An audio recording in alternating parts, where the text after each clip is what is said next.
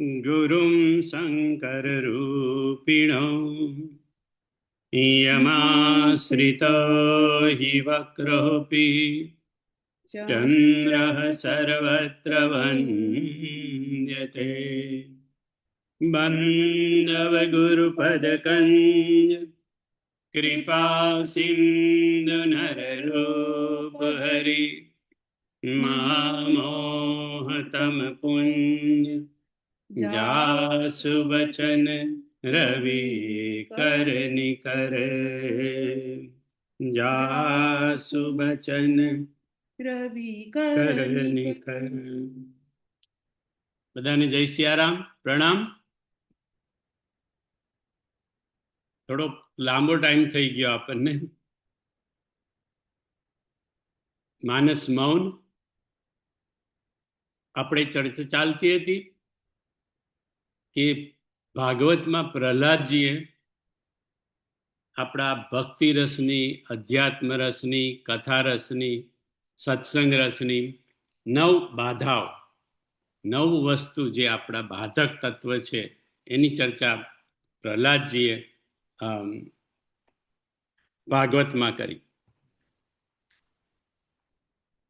નૈતત મનસ્તવ કથાસુ વૈકુંઠનાથ સંપ્રિયતે દુરિત દુષ્ટમ અસાધુ તીવ્રમ કામાતુરમ હર્ષ શોક ભય એસનાર્થ તસ્મિન કથમ તવ ગતિમ વિર્મુષામી દીનમ. થોડો અઘરો શ્લોક છે, પણ એનો બાપુ કે છે કે એનો સીધો સાદો અર્થ થાય કે હે વૈકુંઠનાથ, આ 9 તત્વો જે બાધક તત્વ છે મારા ભક્તિ રસમાં, એને એ 9 એનો બાધક તત્વોને હે વૈકુંઠનાથ તમે દૂર કરો. અને આ 9 તત્વો જે આપણા બધાના જે બાધક તત્વ છે, કથા રસમાં, સત્સંગ રસમાં, ભક્તિ રસમાં, અધ્યાત્મ રસમાં, એ 9 ગણાવ્યા. એક પહેલું દુરિત. આપણે એ જોયું કે દુરિતના ઘણા બધા અર્થો થાય બાપુ કે, પણ દુરિત એટલે ખરાબ રસ્તો. એનું માનસમાં બાપુએ આઈ થિંક ગઈકાલની કથામાં કહ્યું પણ ખરું કે કોલ કામ બસ કૃપિન બિમૂઢા. કોલનો અર્થ કર્યો બાપુએ કે વામ માર્ગી, ખોટા રસ્તે, દુરિત, ખરાબ રસ્તે, આડાવર રસ્તે તે જાય, એને દુરિત તત્વ કહેવાય, દુરિત માર્ગ કહેવાય. બીજું દુષ્ટતા, મનની કુટિલતા, દુષ્ટતા. પર સુખ દેખી જરની સોઈચ્છઈ કુષ્ટ દુષ્ટતા મન કુટિલઈ. પર સુખ દેખી જરની, બીજાના સુખને જોઈને જે આપણને જલન થાય, ઈર્ષા થાય, દ્વેષ થાય, એ બધી મનની દુષ્ટતા, એનો કુટિલતા કહેવાય. અને એ જેલસીને કારણે બાપુ કહે છે કે મને બધા કહે છે કે આટલી કથા બાપુ સાંભળીએ છીએ, અમે આટલો સત્સંગ કરીએ છીએ, પણ આ અમારી ઈર્ષા, અમારો દ્વેષ, અમારું નિંદા, આ બધા કેમ અમારો પીછો છોડતા નથી? આ અમારી જે દોષ દર્શનની વૃત્તિ છે કે બધાના દોષ દેખાય, અને બધાના દોષ એટલે આપણી જાતને છોડી અને દરેકના દોષ આપણને દેખાય. અને બાપુ કહે છે કે આ દોષ દર્શનની જે વૃત્તિ છે ને, એક વખત તમારામાં દોષ દર્શનની વૃત્તિ શરૂ થઈ એટલે બાપુ કે પછી તમે નિકટની નિકટ વ્યક્તિઓમાં પણ દોષ જોવા મળો. ધીરે ધીરે ભાઈ ભાઈમાં, બેન બેનમાં, મા બાપમાં, સંતાનોમાં, એનું પતિ પત્નીમાં, મિત્ર મિત્રમાં, બધે દોષ જોવાનું એનું શરૂ થઈ જાય એનું એકબીજાના. અને એ એટલે સુધી પહોંચે બાપુ કે ક્યારેક તો શિષ્ય પોતાના ગુરુના દોષ જોવા મળે. ત્યારે સમજવું કે એની દોષ દર્શનની એક પરાકાષ્ઠા આવી ગઈ. આ દોષ દર્શનની વૃત્તિ, આ મનની કુટિલતા, દુષ્ટતા, એ આપણા ભક્તિ રસનું મોટામાં મોટું એક બાધક તત્વ છે. એને કેવી રીતે દૂર થાય એની પણ ચર્ચા બાપુએ આગળ કરી છે. ત્રીજું તત્વ અસાધુતા. આપણામાં જે અસાધુતા છે, સાધુતાનો અર્થ આપણે જાણીએ, સાધુ એટલે જે જગતના જેટલા સદગુણો છે એને તમે ભેગા કરો એનું નામ સાધુ. અને જગતના જેટલા દુર્ગુણો છે એને ભેગા કરીએ એનું નામ અસાધુ તત્વ. એટલે આપણી જે બધા દુર્ગુણો, આપણી જે અસાધુતા છે એ આપણા ભક્તિ રસમાં, કથા રસમાં બાધક છે. સંતય સંતન કે અસી કરની, જીમી કુઠાર ચંદન આચરની. આપણે ગઈ વખતે જોયું કે એનો ચંદનને કુવાડો કાપે, પણ ચંદન શું કરે કે જે કુવાડો એને કાપે છે એ લાકડાને, એ કુવાડાને ચંદન પોતે સુગંધ આપે એટલે એને ચંદન ને સંત કયો અને કુવાડાને અસંત કયો, જે કાપવાનું કામ કરે છે. આગળ આવે જઈએ આપણે આ ત્રણ બાધક તત્વને આપણે જોયા હતા: દુરિત, દુષ્ટતા અને અસાધુતા. હવે ચોથું તત્વ પ્રહલાદજી કે છે તીવ્રમ. તીવ્રમ એટલે મનની તીવ્ર ગતિ. આપણું મન હંમેશા તીવ્ર ગતિથી દોડતું હોય છે. આપણને ખબર નથી કે આપણું મન તીવ્ર ગતિથી દોડે છે, પણ આપણું મન આપણને એટલું તો ખબર છે કે ભટકે છે. ને બાપુ કે ભટકવું એ તીવ્ર ગતિ છે, ઘડીકમાં અહીંયા ઘડીકમાં ત્યાં. અને જ્યારે પણ કોઈ પણ વસ્તુની ગતિ તીવ્ર થાય બાપુ કે, ત્યારે ઘર્ષણ પેદા થાય, ગરમી પેદા થાય. આપણે ઠંડીમાં હાથ ઘસીએ જોરથી એટલે તીવ્ર ગતિથી, તો હાથમાં પણ ઘર્ષણ પેદા થાય, ગરમી પેદા થાય. એટલે કે મનની પણ એવી ગતિ છે. મન જ્યારે ચારે બાજુ ભટકતું હોય તીવ્ર ગતિથી, ઘડીમાં અહીંયા ને ત્યાં, ત્યારે એ આપણા મનમાં અકળામણ, ઉત્પાત, ઉકળાટ, ઉષ્ણતા અને ગરમી એ પેદા થાય છે. અને મન શાંત થતું નથી. અને મન શાંત થતું નથી એટલે ભક્તિ રસમાં, કથા રસમાં લાગતું નથી. આપણે કથામાં બેઠા હોઈએ, સત્સંગમાં બેઠા હોઈએ, પણ છોડવાય મન ચારે બાજુ ભટકતું હોય. એટલે ભટકતું મન, જે એની તીવ્ર ગતિ વાળું જે મન છે, એ ગરમી પેદા કરે, ઉષ્ણતા, ઉકળાટ પેદા કરે. અને તીવ્ર ગતિને લીધે બાપુ કહે છે કે સત્સંગમાં, કથામાં આપણું મન લાગતું નથી. અને પ્રહલાદજી વૈકુંઠનાથને પ્રાર્થના કરે છે કે આ મારા મનની તીવ્ર ગતિ, હે વૈકુંઠનાથ, એ બાધક તત્વ છે. તમે મારા મનની તીવ્ર ગતિને સ્લો કરો, ધીરી કરો, અને મારા મનને શાંત કરો. શાંત મન હોય તો જ કથામાં લાગે, તો સત્સંગમાં લાગે. આગલું પાંચમું તત્વ છે કામાતુરમ. કામાતુરમનો અર્થ કર્યો કે મારું મન કામાતુર છે. અને કામનો અર્થ બાપુ કે છે અહીંયા ખાલી વિષય ભોગ પૂરતો મર્યાદિત નથી. દરેક ઇન્દ્રિયને કામ જોઈએ છે, દરેક ઇન્દ્રિયોને. આંખને કંઈક જોવું છે, કાનને કંઈક સાંભળવું છે, જીભને કંઈક ખાવું છે. દરેક ઇન્દ્રિયોને કોઈને કોઈ કામના છે, બધી જુદી જુદી પ્રકારની કામનાઓ. અને એ કામનાઓ બાપુ કે આપણને અને આપણી ઇન્દ્રિયોને ચારે બાજુ ભટકાવે છે. એટલે આપણી ઇન્દ્રિયો, આપણા કાન, આપણી આંખ, આપણું મન એ કથામાં, સત્સંગમાં લાગતું નથી. કારણ કે કામાતુરમ છે, કામથી ભરપૂર છે, ભટકાય છે. અને પછી એ કામનાઓને પૂરી કરવા માટે આ ઇન્દ્રિયોના ઘોડા આપણા શરીરને ચારે બાજુ ભટકાવે છે અને શરીરને તોડી નાખે છે. તો પાંચમું તત્વ કીધું કામાતુરમ. છઠ્ઠું અને સાતમું તત્વ, બાધક તત્વ, બાપુએ સાથે લીધું, કારણ કે એ સિક્કાની બે બાજુ છે. હર્ષ અને શોક.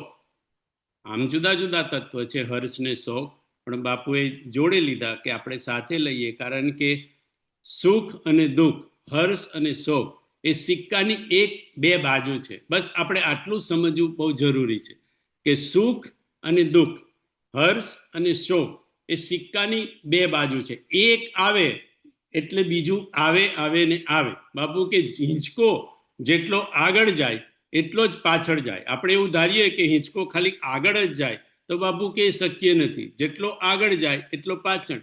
જ્યારે કોઈ પણ દુઃખ આવીને ઊભું, એટલે સમજવું કે એની પાછળ સુખ છે, ખાલી સિક્કાને પલટવાની જ વાર છે.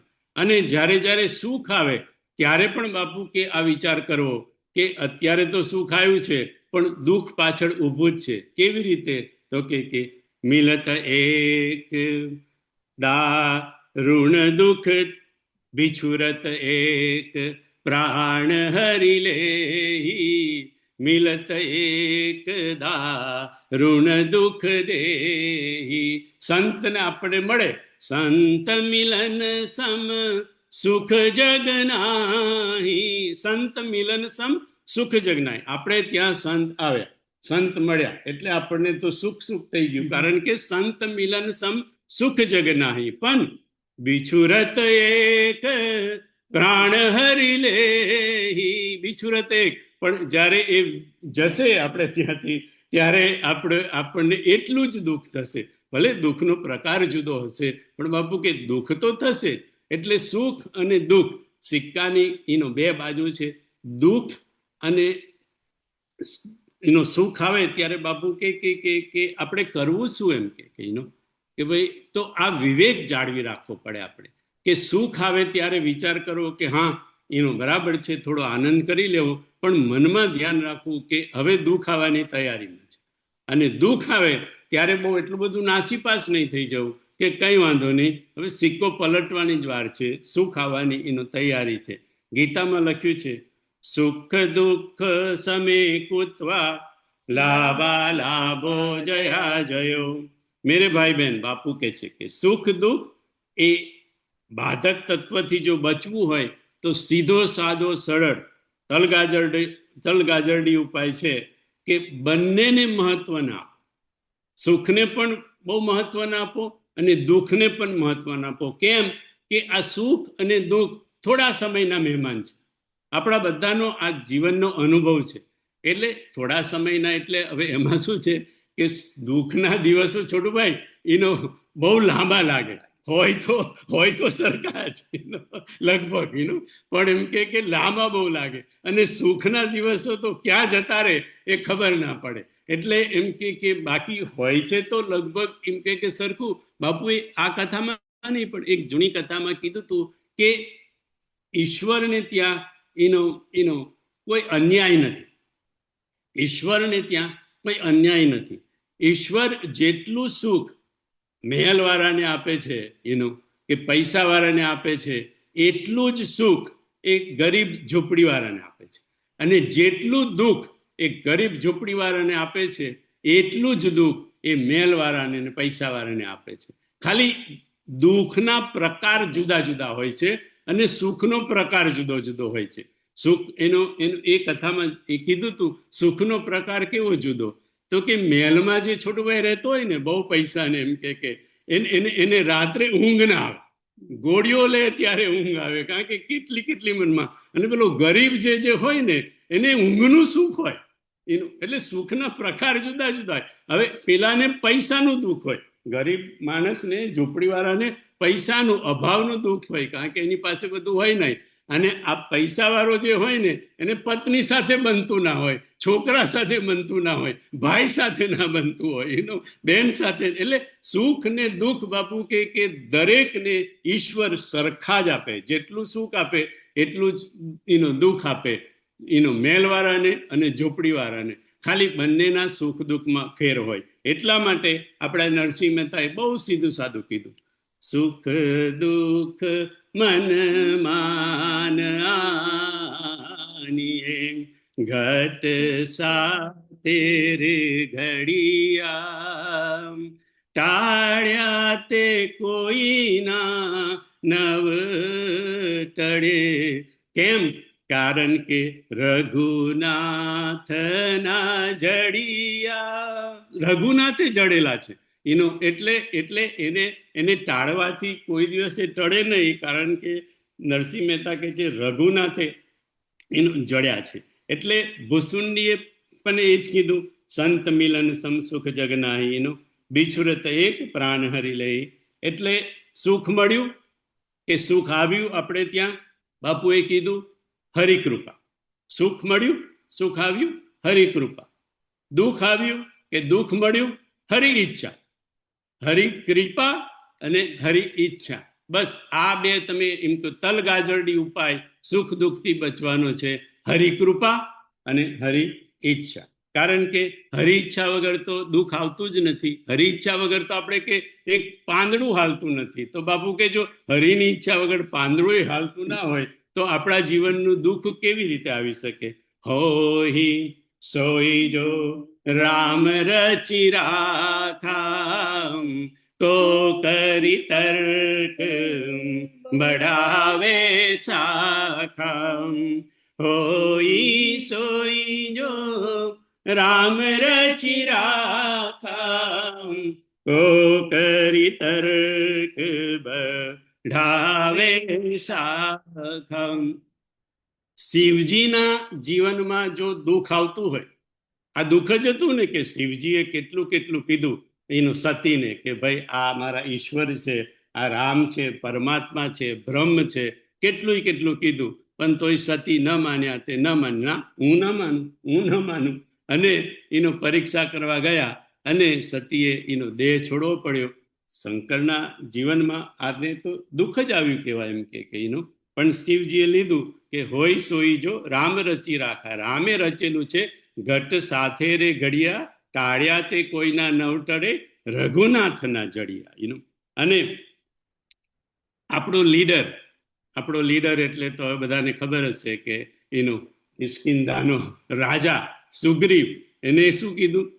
સુખ સંપત્તિ પરિવાર બડાઈ, સબ પરિહરી કરી હું સેવકાઈ. હે રામજી, સુખ સંપત્તિ પરિવાર બડાઈ, સબ પરિહરી કરી હું સેવકાઈ.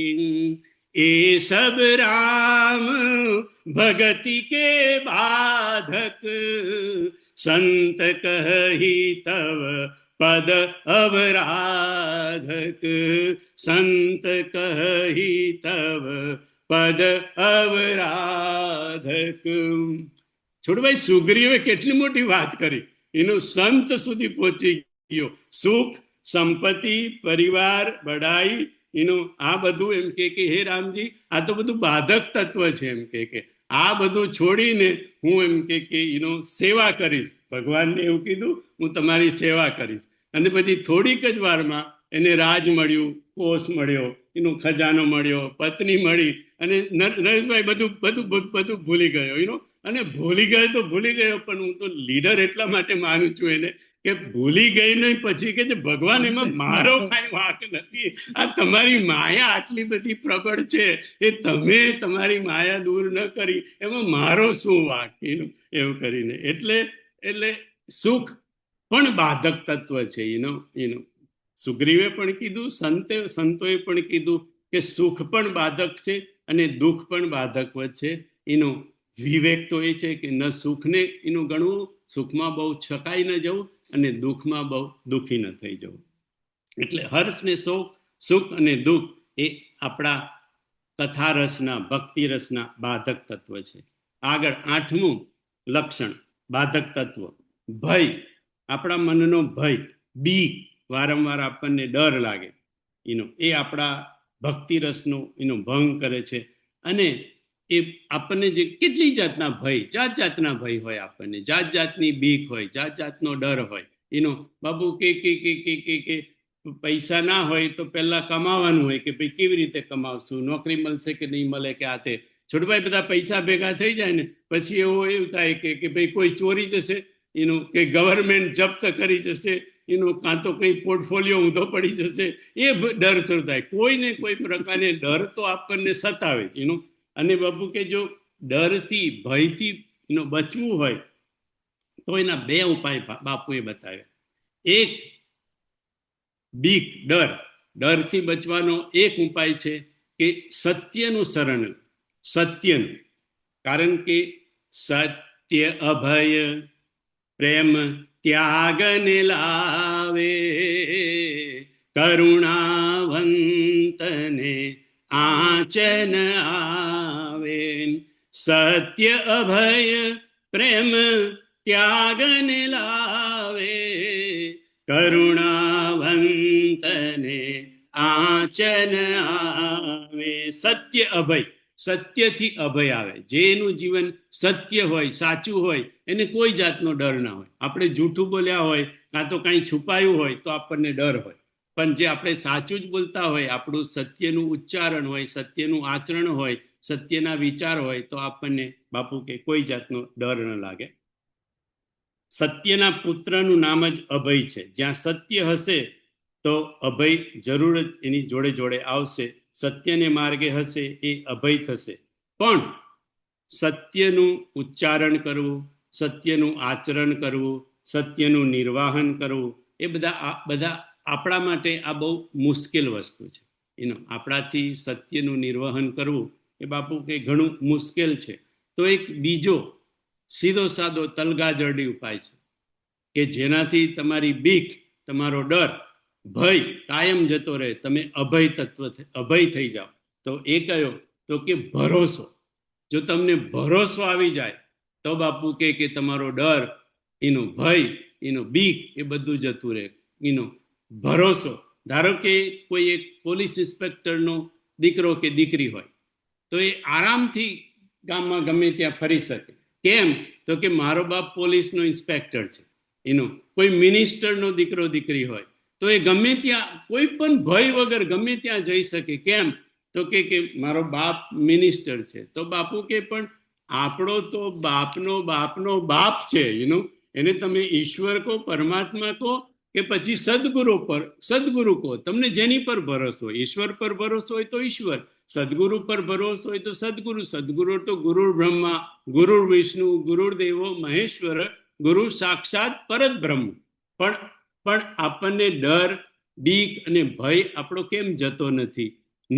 આપણે સત્યનું નિર્વહન કરી શકતા, કે નથી સદગુરુ પર કે ઈશ્વર પર આપણને ભરોસો તો છે, પણ છોટભાઈ અખંડ ભરોસો નથી.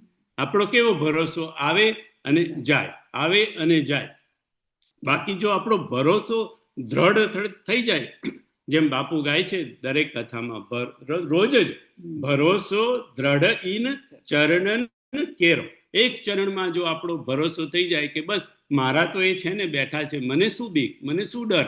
જેવી એક ઇન્સ્પેક્ટરના દીકરા દીકરીને, એક મિનિસ્ટરના દીકરા દીકરીને ડર ન થતો હોય, તો આપણને જો એવું થઈ જાય કે મારો સદગુરુ બેઠો છે, મારો પરમાત્મા બેઠો છે, તો બાપુ કે ભય અને ડર એ આપણી પાસે આવે નહીં. પણ આપણને એવું છે, આપણે જ્યારે એવી પરિસ્થિતિઓમાં આવીએ, ડરવાળી, બીકવાળી કે ભયવાળી, ત્યારે આપણને એવું છે કે અહીંયા ક્યાં મારો સદગુરુ આવશે, અહીંયા ક્યાં મારો પરમાત્મા મને મદદ કરશે. જે કંઈ કરવું એ મારે જ કરવું પડશે. અને આપણને એવું થાય બાપુ કે મારે જ કરવું પડશે, ત્યારે પછી ઈશ્વર બેઠો બેઠો જોયા કરે, લે તું કર. નહીં તો કોઈક નાભાજી, છોટુભાઈ, મધદરિયે, આપણને થાય મધદરિયે ક્યાં આવવાનો છે, પણ મધદરિયે નાભાજી આવી શકે છે. અને બાપુ કે મધ્ય સભામાં કૃષ્ણ અને મધુસૂદનની જેમ દ્રૌપદી માટે કૃષ્ણ આવી શકે છે. પણ એ ભરોસો, એ દ્રઢ ભરોસો એવો હોય તો જરૂર છે દ્રઢ ભરોસાની. પણ આપણું એ બાધક તત્વ છે બીક, ડર, ભય. અને 9મું અને છેલ્લું બાધક તત્વ પ્રહલાદજીએ કહ્યું એષણા. એષણા એટલે ઈશના. ઈશનાનું શ્રુતવિત લોક ઈશનાતીની કેહી કે મતીન કિન ન મલીની. શ્રુતવિત લોક ઈશનાતીની કેહી કે મતીન કિન ન મલીની. કોણી મતી? આ ત્રણ વસ્તુ એ મલિન નથી કરી. કઈ વસ્તુ? શુતેષ્ણા, વિતેષ્ણા અને લોકેશના. બાપુનો અર્થો કીધો શુતેષ્ણા. શુત એટલે સંતાન, સંતાનને લગતી ઈષ્ણા. ઈષ્ણાનો અર્થ સીધો સાદો બાપુએ કર્યું કે આપણી જ્યારે ઈચ્છા એકદમ પ્રબલ થઈ જાય, એકદમ પ્રબલ, તીવ્ર, તેને ઈષ્ણા કહેવાય. આપણને પહેલા કોઈક મનમાં વિચાર આવે કે ભાઈ આ થાય કે તે થાય, તો છોડભાઈ એને વિચાર કહેવાય. પછી એ વિચાર ધીરે ધીરે ધીરે દ્રઢ બને થોડોક વધારે, ત્યારે એ ઈચ્છા થઈ જાય. પછી એને એ ઈચ્છા માટે પછી ઈચ્છા ધીરે ધીરે ધીરે વધે ત્યારે એને પ્રબલ ઈચ્છા કહેવાય. અને એ ઈચ્છા, પ્રબલ ઈચ્છા પછી આગળ જાય તો એ વાસનાના રૂપમાં પરિવર્તન થાય, વાસના. અને પછી એ વાસનાથી આગળ જ્યારે એકદમ પ્રબલ થઈ જાય, એકદમ પ્રબલ ઈચ્છા, ત્યારે એને ઈષ્ણા કીધી. આવી રીતે ધીરે ધીરે શરૂઆત તો નાની વસ્તુથી થાય, વિચારથી થાય, પણ એ વિચારથી પછી ઈચ્છાથી, પ્રબલ ઈચ્છાથી, વાસનાથી ક્યારે એષણામાં પરિવર્તન થઈ જાય એ ઘણીવાર આપણને જ ખબર નથી પડતી. એટલે બાપુએ કીધું કે વિચારોનું બહુ ધ્યાન રાખજો. આપણે બેઠા બેઠા આપણો લીડર કે છે ને, સુગ્રીવ, એમ કે અહીંયા બેઠો બેઠો એક વખત હું બધા સાથે વિચાર કરતો હતો, મંત્રણા કરતો હતો, અને ભગવાન એ વખતે આકાશમાંથી વિમાન ગયું અને એમાંથી એમ કે આ સીતાજીએ આ પટ રામ રામ કહીને આ પટ એમ કે નાખ્યું. એમ કે પણ બાપુ કે આપણે બધા વિચારો જ કરતા બેઠા હોઈએ છીએ. એમ કે કરવું કાંઈ નહીં, ખાલી વિચારો જ કરવા. અને ચાલો વિચારો કરવા તોય વાંધો નહીં, પણ બાપુ કે વિચારો કરવા ને તોય સારા વિચારો કરવા, આડાઅવળા વિચારો નહીં કરવા. એટલે એમ કે જ્યારે આપણી ઈચ્છાઓ એકદમ પ્રબલ થઈ જાય તો એ એષણા થઈ જાય. અને સુતેષણા, સૂતને લગતી, સંતાનોને લગતી બધી ઈચ્છાઓ એને સુતેષણા કે. પછી વિતેષણા, વિતેષણા એટલે વિત્ત, ધનની ઈચ્છા, અને ધનને લગતી બધી જ ઈચ્છાઓ.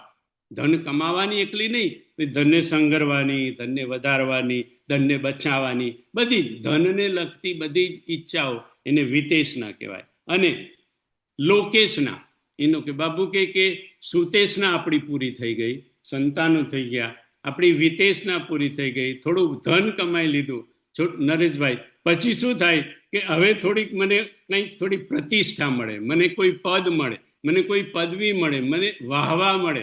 એટલે પછી એમ કે આ બધું છોડી, એટલે બધું પતી ગયા પછી ટ્રસ્ટી થઈ જાય, કોઈ જગ્યાનો પ્રેસિડેન્ટ થઈ જાય. કારણ કે હજી પેલી લોકેશના બાકી રહી ગઈ, સુતેશના પૂરી થઈ ગઈ, વિતેશના પૂરી થઈ ગઈ, પણ હજી લોકેશના બાકી છે. એટલે પદ ને પ્રતિષ્ઠા અને વાહવા પાછળ એમ કે આપણે ગતિ કરતા હોઈએ છીએ. આ ત્રણેય જાતની ઈચ્છાઓ આપણા ભક્તિ રસનો, કથા રસનો, સત્સંગ રસનો અને અધ્યાત્મ રસનો ભંગ કરે છે. મોટું એક બાધક તત્વ છે. અને આ 9 બાધક તત્વને કારણે આપણે ઈચ્છીએ છીએ ભક્તિ માર્ગમાં જવા માટે, ભક્તિ રસ પ્રાપ્ત કરવા માટે, છતાં પ્રાપ્ત કરી નથી શકતા. આ 9 બાધક તત્વ આપણને અડચણ ઊભી કરે છે. અને એ અડચણ ઊભી કરી અને પછી આપણે જ્યાં હતા ત્યાં પાછા ત્યાંના ત્યાં આપણે છોટુભાઈ શરૂઆત તો કરીએ પણ પછી આ બાધક તત્વ છે ને આપણને ફરી ફરીને પેલી સાપની રમત આપણે ત્યાં આવતી હતી, ખબર છે?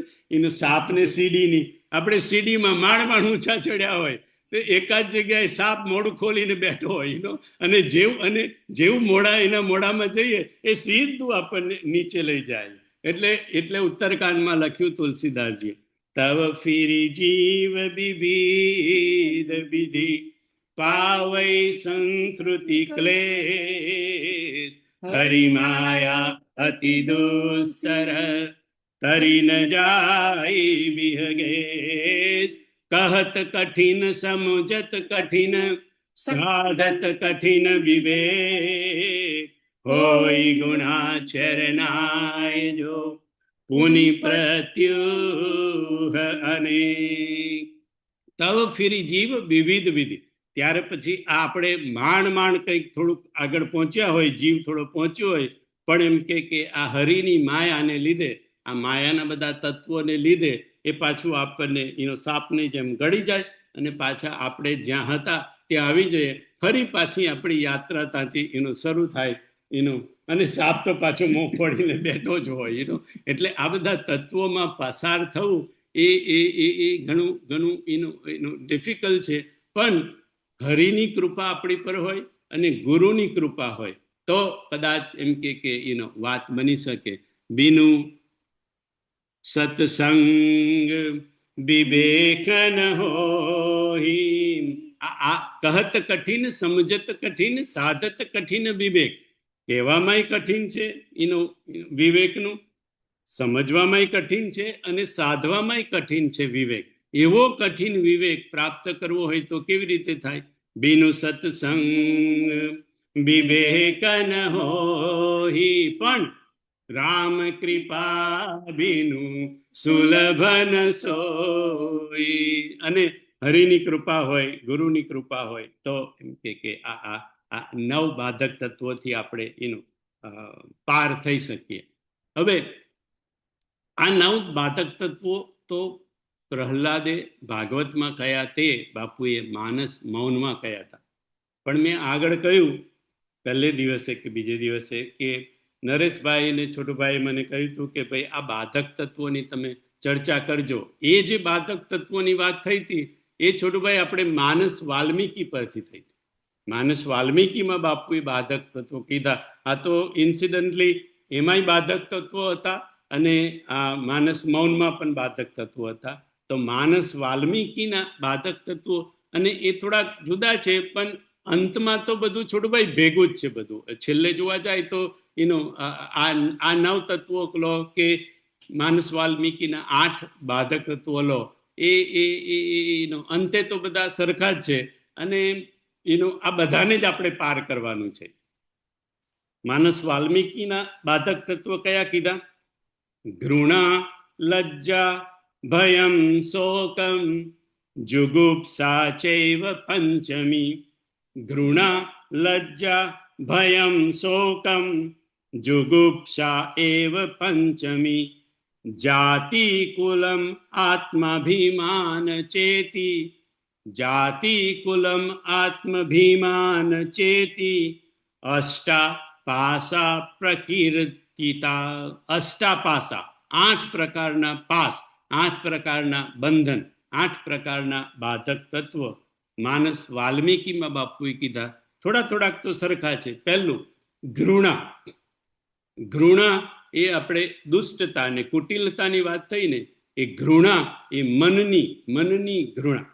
એટલે ઘૃણા એટલે દ્વેષ બાપ, કે એનો જે રાગ દ્વેષ, અને દ્વેષ આવે એટલે રાગ દ્વેષ, ઈર્ષા નિંદા એ બધું ભેગું આવી જાય. એ ઘૃણા તત્વ, દ્વેષ તત્વ એ આપણા ભક્તિ રસનું, અધ્યાત્મ રસનું મોટામાં મોટું બાધક છે.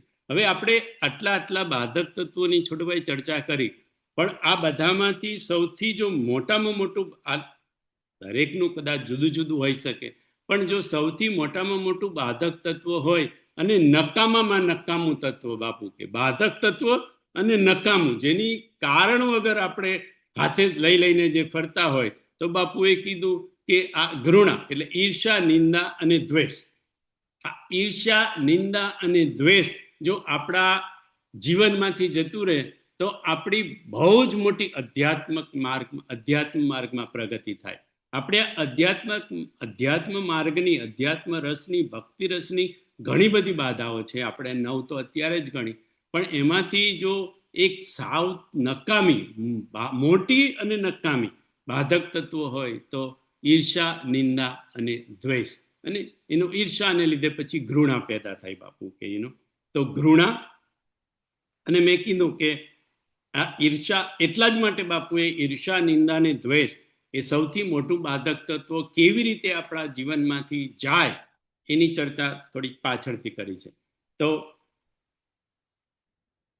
માનસ વાલ્મીકીના 8 બાધક તત્વમાં પહેલું ઘૃણા, દ્વેષ.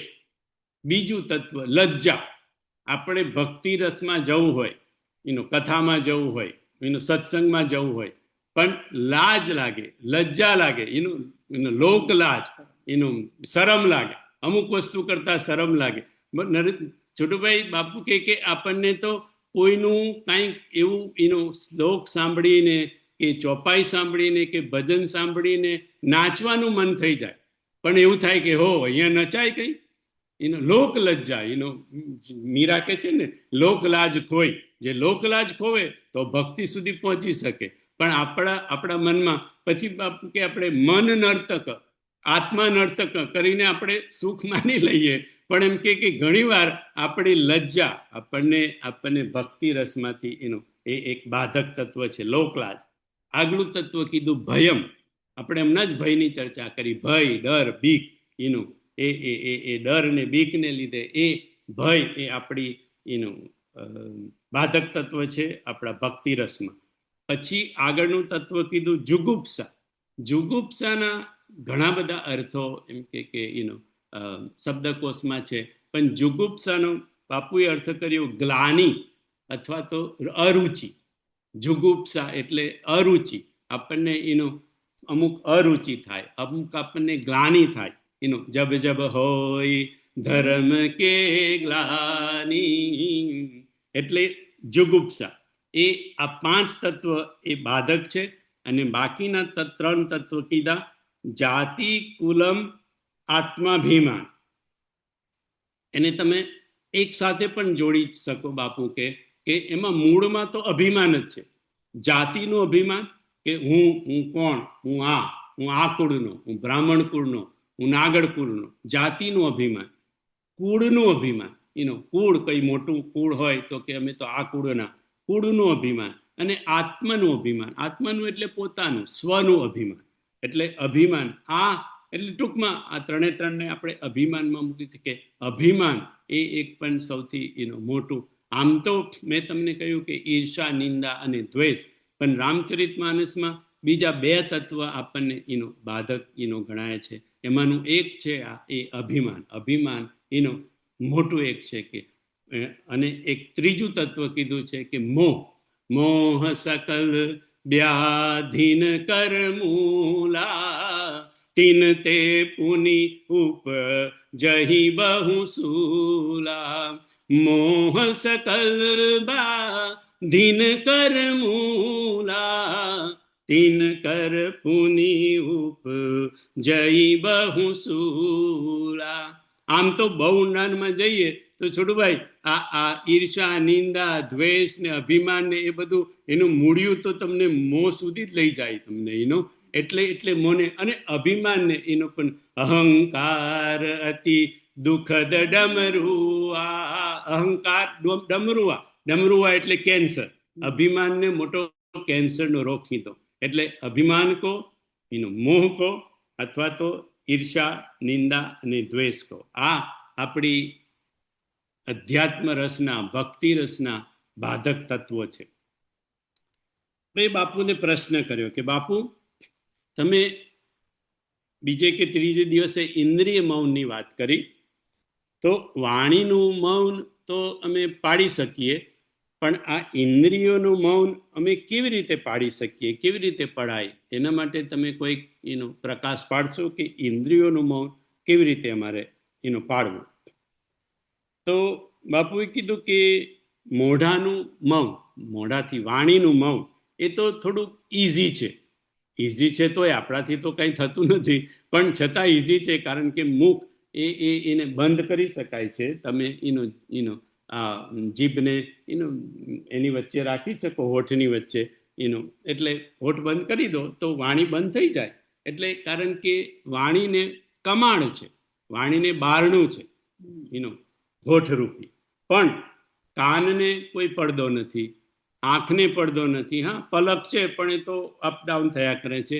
અને ચામડીને તો બિલકુલ જ નથી. તો આ બધી ઇન્દ્રિયોનું મૌન અમે કેવી રીતે પાડી શકીએ? તો બાપુએ કીધું આ બધાનો જવાબ એક જ છે. ઇન્દ્રિયોના મૌન માટે, વાણીના મૌન માટે તો મોઢાને બંધ રાખવું, હોઠનો ઉપયોગ કરવો. પણ ઇન્દ્રિયોના મૌન માટે એક જ એનો ઉપાય છે, અને એ છે જ્ઞાન, વિવેક, સમજણ. આપણામાં જો જ્ઞાન આવી જાય, આપણામાં વિવેક આવી જાય, આપણામાં જો સમજણ આવી જાય, કોઈ બુદ્ધ પુરુષે આપેલી સમજણ, અથવા તો કોઈ બુદ્ધ પુરુષની કૃપા, અથવા તો સત્સંગથી પ્રાપ્ત કરેલો વિવેક. બિનુ સત્સંગ વિવેકન હોહી, રામ કૃપા બિનુ સુલભન સોઈ. એટલે સત્સંગથી, કથાથી વિવેકની પ્રાપ્તિ તો થાય, પણ ત્યાં પણ કૃપાની તો જરૂર પડે. ગુરુની કૃપા કે રામની કૃપા એમ કે તો ઇન્દ્રિયોનું મૌન માટે સૌથી જરૂરી છે વિવેકની પ્રાપ્તિ. અને વિવેકની પ્રાપ્તિ થાય કથાથી અને સત્સંગથી, અને વિવેકની પ્રાપ્તિ થાય હરિકૃપાથી અને ગુરુ કૃપાથી. આગળ 6ઠ્ઠા દિવસની કથામાં બાપુએ કીધું મૌન એ એક સહજ અવસ્થા છે. મૌન એ એક સહજ અવસ્થા છે. આપણે એવું ક્યારેય ન વિચારવું કે મૌન એ સાધના છે. મૌન સાધના છે એવું ન વિચારવું, કારણ કે મૌન સાધના નથી. ન મૌન સાધના છે, ન મૌન કોઈ વિશિષ્ટ અનુષ્ઠાન છે. મૌન નથી સાધના, નથી કોઈ વિશેષ અનુષ્ઠાન, મૌન વ્રત પણ નથી. હવે આપણે શબ્દ તો વાપરીએ છીએ મૌન વ્રત, તો બાપુ કે મૌન વ્રત પણ નથી. હા જરૂર આપણે શબ્દ વાપરીએ છીએ કે મૌન વ્રત એનો, પણ મૌન નથી, વ્રત પણ નથી, મૌન યમ પણ નથી, નિયમ પણ નથી, આસન પણ નથી, પ્રાણાયામ પણ નથી, પ્રત્યાહાર નથી, ધારણા નથી કે ધ્યાન નથી. મૌન સમાધિ પણ નથી. પતંજલિના અષ્ટાંગ યોગની કોઈ પણ ધારા એ મૌનને લાગુ પડતી નથી, કારણ કે મૌન એ સાધના નથી, મૌન વ્રત નથી, મૌન એ એક પરમ અવસ્થા છે. બાપુએ મૌનને એક પરમ અવસ્થા કહી. મૌન દરમિયાન, હવે મૌન દરમિયાન તમે જપ કરો, તપ કરો, એ સાધના છે. તમે મૌન રાખ્યું હોય અને તમે એનો માળા લઈ અને જપ કરતા હોય, તો બાપુ કે મૌન દરમિયાન માળા કરવી, એનો જપ કરવા કે પૂજા પાઠ કરવું, એનો એ સાધના છે. પણ મૌન ખુદ પોતે એ સાધના નથી, એ એક અવસ્થા છે, એક પરમ અવસ્થા છે.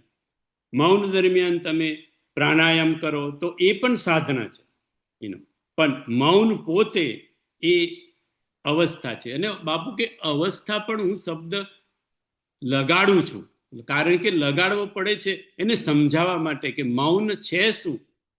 નહીં તો મૌન તો એક પરમ અવસ્થા કરતા પણ ઉપરની વસ્તુ છે. મૌન એ એક પણ છતાં સમજવા માટે હું એવું કહું છું એક મૌન પરમ અવસ્થા છે, શબ્દ લગાડવો પડે છે.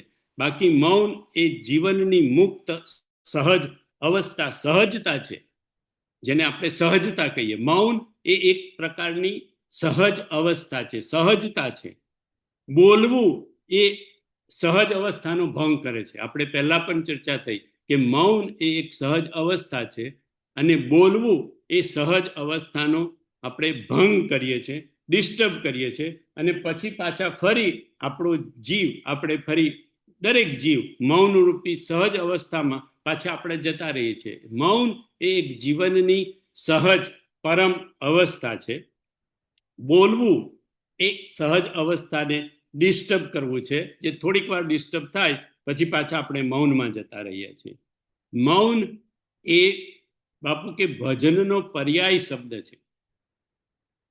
મૌન, પરમ મૌન, જે બાપુ આ એક અવસ્થાનું મૌન કે છે, એ મૌન જેમાં વાણીનું મૌન છે અને ઇન્દ્રિયોનું મૌન છે, એ જે અવસ્થા છે, એ અવસ્થા બાપુ કે એ પરમ અવસ્થા છે, અને એક પ્રકારનું એ ભજન છે. મૌન એ એક પ્રકારનું ભજન છે. પણ કયું મૌન? કે જેમાં વાણીનું પણ મૌન છે અને ઇન્દ્રિયોનું પણ મૌન છે. એ મૌનની અવસ્થા એ ભજનની અવસ્થા છે. આગળ, અને આ ખાસ યાદ રાખજો, કારણ કે બાપુએ 2 વાર કીધું કે મારા શ્રોતાઓ, મારા ફ્લાવર, આ વસ્તુ યાદ રાખજો. મારા ફ્લાવર યાદ રાખજો, સદગુરુ જેવું કોઈ હમસફર નથી. મારા ફ્લાવર, મારા શ્રોતાઓ, મારા ભાઈ બહેન, યાદ રાખજો, સદગુરુ જેવું કોઈ હમસફર નથી, કોઈ નહીં. ન પતિ, ન પત્ની, ન ભાઈ બહેન, ન મા બાપ, ન શેઠ, ન નોકર, ન મિત્ર, કોઈ નહીં. સદગુરુ જેવું જીવનમાં કોઈ હમસફર નથી. કિસી રાહ મેં, કિસી મોડ પર कहीं चल न देना तू छोड़ कर मेरे हम सफर, मेरे हम सफर, मेरे हम सफर, मेरे हम सफर, किसी हाल में किसी बात पर कहीं चल न देना तू छोड़ कर मेरे हम सफर, मेरे हम सफर, मेरे हम सफर, मेरे हम सफर. હવે તમે જુઓ, કિસી હાલ में કિસી બાત પર, હવે કેટલાય જણ આપણને કેટલી વાતો પર છોડીને જતા રહ્યા છે, બરાબર છોટુભાઈ? કિસી હાલ में કિસી બાત પર કાંઈ કંઈ બગડ્યું થોડું કે ગયા. પતિ પત્નીઓ, આપણે તો સારું છે બધાને, પણ પતિ પત્નીઓમાં કિસી હાલ પર અને કિસી બાત પર એનું કહી છોડ કર, એનું ભલે કહેતા હોય કે મને તમે છોડશો નહીં, પણ છોડ દીધા છે. બાપુ કે એક સદગુરુ જ એવો નાતો છે નરેશભાઈ કે તમને ક્યારેય છોડે નહીં. એનું એટલા માટે કીધું કે યાદ રાખજો મારા ફ્લાવર, સદગુરુ જેવો કોઈ હમસફર નથી. અને બીજું એનું કારણ, બીજું કારણ શું કે સદગુરુ તો આપણને આ બધાની જેમ ક્યારેય છોડતો નથી. અને બીજું, સદગુરુ આપણો હમસફર છોટુભાઈ આ જન્મનો નથી. સદગુરુની સાથેનો આપણો સફર આ જન્મનો નથી. જો કદાચ આ જન્મમાં શરૂ થયો તો આ જન્મમાં પૂરો થવાનો નથી.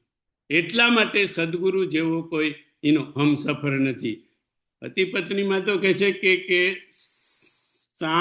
સાત સુધી હોય એવું કહેવાય છે છોટુભાઈ, અને આપણા બધાની જ ઈચ્છા હોય કે આ સાતમો હોય. એટલે આપણે એવું કઈ મોઢે કહીએ નહીં, પણ અંદરથી તો એવું હોય કે આ સાતમો, પણ એ 7 સુધી હોય. આ સદગુરુનો તો 7 નહીં. એનો બાપુ કે મારા ફ્લાવર્સ, મારા ભાઈ બહેન યાદ રાખજો, સદગુરુ જેવો કોઈ હમસફર નથી. સદગુરુ તમને ક્યારેય છોડે નહીં, પણ જરૂરી છે આશ્રિત માટે આ ભરોસો, આ વિશ્વાસ કે મારો સદગુરુ મને ક્યારેય છોડવાનો નથી. એને ન છોડે કે જેને આ વિશ્વાસ હોય તેને. તો એનો મતલબ એવો થયો છોટુભાઈ કે જેને વિશ્વાસ નથી, જેને શ્રદ્ધા નથી, એને સદગુરુ છોડી દે તો કે એનું બાપુ કે ના ના ના ના, જેને વિશ્વાસ નથી, જેને ભરોસો નથી, તેને પણ સદગુરુ ન છોડે, પણ એને એનો અહેસાસ ન થાય. કારણ કે એને વિશ્વાસ નથી, એને શ્રદ્ધા નથી, એને ભરોસો નથી. એટલે સદગુરુ મારી જોડે જ છે, મારો હમસફર છે, એને અહેસાસ થતો નથી. સદગુરુ તો ક્યારેય છોડતો નથી. હું જેવો છું તેવો પણ એમનો છું, હું જેવો છું તેવો પણ એમનો છું. હું એમને છોડી શકું પણ એ મને નહીં છોડે. આ વિશ્વાસ ને આ ભરોસો જેનો છે એને સદગુરુ ક્યારેય છોડે. સદગુરુ તો ક્યારેય છોડે નહીં, પણ આપણનો એનો ત્યારે આપણને આ અહેસાસ થશે કે સદગુરુ મને નહીં છોડે. ભરતજીને આ અહેસાસ હતો એનો. જદ્યપી જન્મુ કુમાતુ તે, જદ્યપી જન્મુ કુમાતુ તે, મેં સઠ સદા સદો આપન જાનીન ત્યાગહી મોહી રઘુવીર ભરોસ. બસ બાબુ કે આ ભરોસો તમને હોવો જોઈએ. બાકી ભરતજીએ પોતે જ કીધું, જદ્યપી જન્મુ કુમાતુ તે, મારો જન્મ કુમાતાથી થયો, કૈકેયીથી થયો કે જેને મારા રામને એનો વનમાં મોકલ્યા. જદ્યપી જન્મ કુમાતુ તે, મેં સઠ, મેં પોતાની જાતને સઠ કીધો, મેં સઠ સદા સદોષ, મારામાં કેટલાય દોષ છે એમ કે, પણ આપન જાનીન ત્યાગહી મોહી રઘુવીર ભરોસ. બસ આટલો ભરોસો જ્યારે આપણને સદગુરુમાં થઈ જાય ત્યાર પછી છોટુભાઈ એ સદગુરુ આપણને ક્યારેય છોડે નહીં. કે કેટલાય જન્મારા સુધી છોડે નહીં.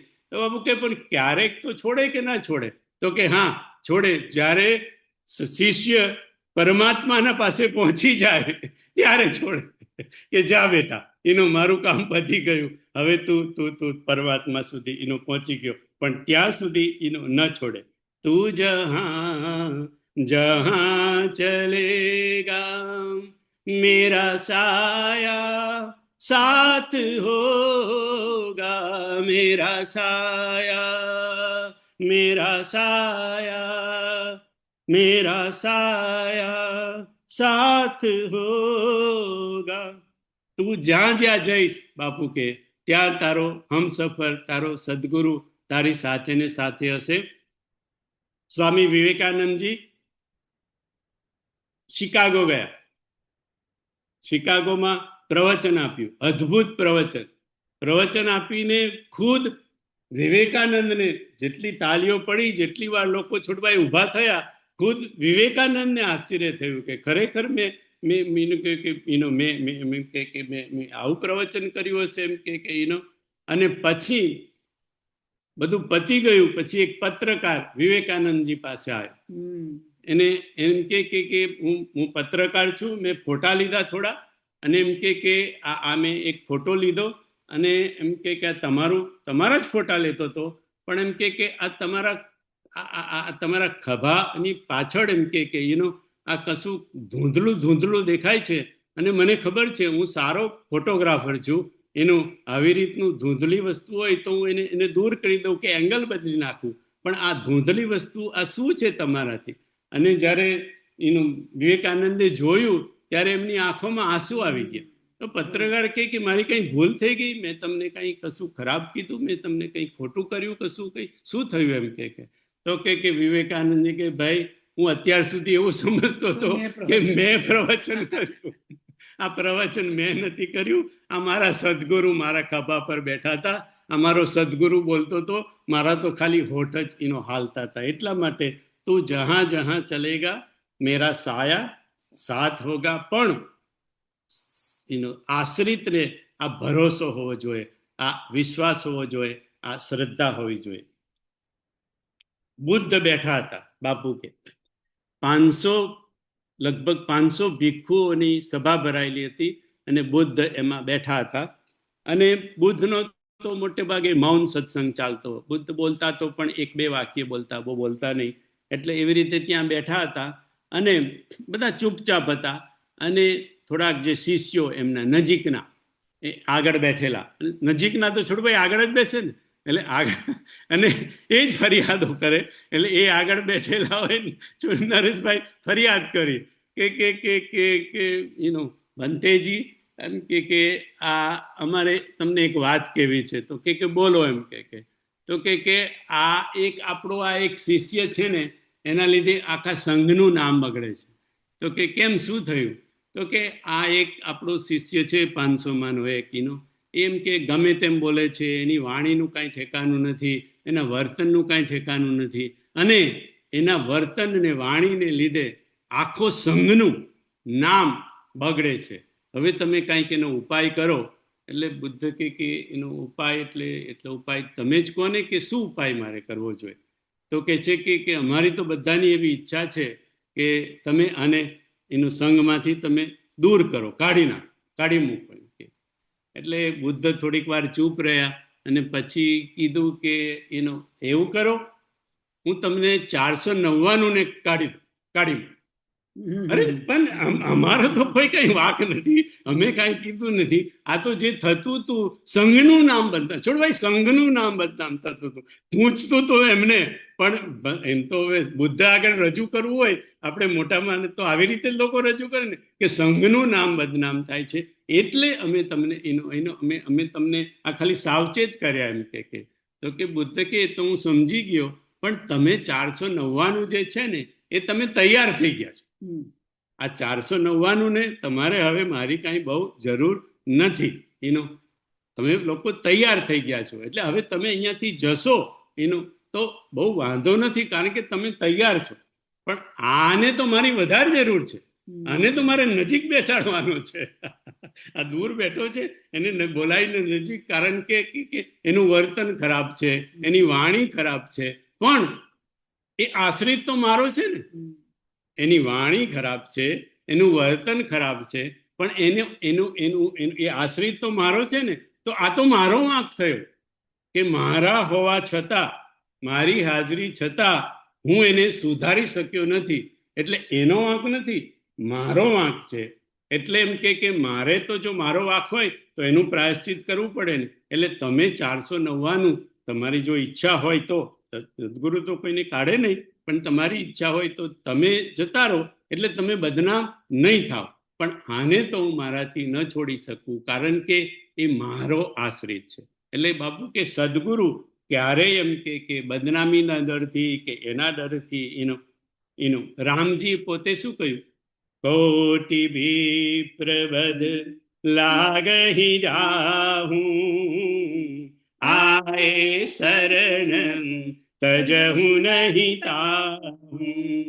કોટી ભી પ્રબદ લાગહી જાહું, આએ શરણ તજહું નહીં તાહું. એટલે બુદ્ધ કે છે કે હું એને ન છોડી શકું. સદગુરુ કોઈ દિવસે પોતાના કોઈ પણ આશ્રિતને જેવો હોય એવો એનો એ ક્યારેય છોડતા નથી. બસ ખાલી આપણને એનો ભરોસાની, વિશ્વાસની જરૂર છે કે અમારો સદગુરુ અમને ક્યારેય એને છોડે નહીં. સદગુરુ જેવો કોઈ હમસફર નથી, કારણ કે સદગુરુ એ આ જન્મનો નહીં, જન્મો જન્મનો આપણો હમસફર છે. બસ આટલું યાદ રાખજો. બધાને મારા જય સિયારામ, પ્રણામ.